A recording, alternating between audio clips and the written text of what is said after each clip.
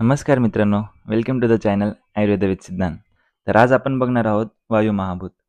आज आपण वायू महाभूतमध्ये सर्वात प्रथम श्लोक बघणार आहोत. त्यानंतर वायू महाभूतचे वर्गीकरण, गुण आणि मग आयुर्वेद महत्त्व. तर श्लोक काय दिलेला आहे? रूपरहित स्पर्शवान वायू हो, म्हणजेच ज्यास कोणतेही रूप नाही व तो केवळ स्पर्शाद्वारे ज्ञात होतो, अशा द्रव्यास वायू असे म्हणतात. त्यानंतर आता आपण बघूयात वायू महाभूतचं वर्गीकरण.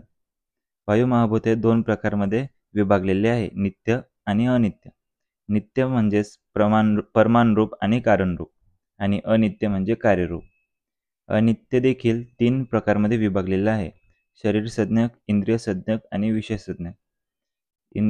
शरीरसंज्ञकमध्ये वायुलोक, वायवीय शरीर असं त्यांनी सांगितलेलं आहे, म्हणजेच मानव शरीर. मानव शरीरमध्ये त्यांनी 5 प्रकार सांगितलेले आहेत, जे की आपल्याला वातदोषामध्ये आहेत: प्राण, व्यान, उदान, समान आणि अपान. त्यानंतर इंद्रियसंज्ञक. इंद्रियसंज्ञकमध्ये त्यांनी इंद्रिय, स्पर्श इंद्रिय हे सांगितलेले आहे, म्हणजेच त्वचा. आणि विषयसंज्ञकमध्ये बाह्य, वृषादी, कंपन असे सांगितलेले आहेत. त्यानंतर आपण बघूयात गुण. गुणमध्ये त्यांनी 9 गुण सांगितलेले आहेत. सर्वात प्रथम आहे स्पर्श, नंतर संख्या, परिमाण, पृथकत्व, संयोग, विभाग, अपरत्व आणि संस्कार. स्पर्शमध्ये त्यांनी वायू महाभूतचा स्पर्श अणुउष्णेशीत सांगितलेला आहे. त्याची संख्या 1 सांगितलेली आहे.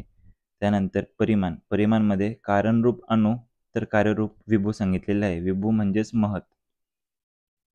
त्यानंतर पृथकत्व म्हणजे त्या वेगळेपणा असल्यामुळे त्याची पृथकत्व 1 सांगितलेली आहे.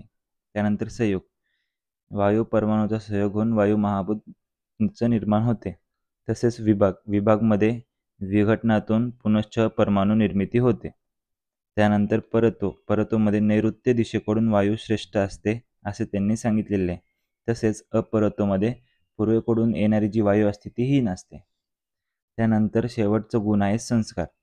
संस्कारमध्ये त्यांनी वेग हा संस्कार आढळतो, म्हणजे वेग हा वायू महाभूतचा संस्कार आहे. त्यानंतर आयुर्वेदात महत्त्व.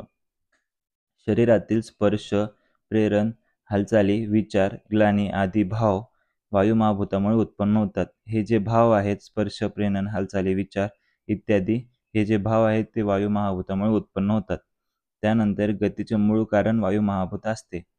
नंतर मानसिक कार्यावर प्रभाव ज्याच्यामुळे पडतो ते वायू महाभूत असते. कारण की मानसिक कार्य जसे की आपण हालचाली करतो, विचार करतो इत्यादी, त्याच्यावर प्रभाव वायू महाभूतमुळे पडतो. त्यानंतर शेवटचा पॉईंट आहे वातदोषाचा आधार. वातदोषाचा आधार म्हणजेच आता वातदोष जो आहे हा वायू महाभूतावर आधारित असून तो संचार, श्वसन, उत्सर्जन, संकोचन यासाठी जबाबदार असतो. त्यामुळे वायू महाभूत हा वातदोषाचा आधार आहे. अशा प्रकारे आज आपण 4 पॉईंट बघितलेले आहेत. वायू महाभूतचे वर्गीकरण, गुण, आयुर्वेद महत्त्व आणि श्लोक. श्लोक म्हणजेच व्याख्या. तर जर तुम्हाला वायू महाभूतमध्ये काही डाऊट असतील तर कमेंट करा आणि व्हिडिओ आवडला असेल तर लाईक, शेअर, सबस्क्राईब करा. थँक्यू.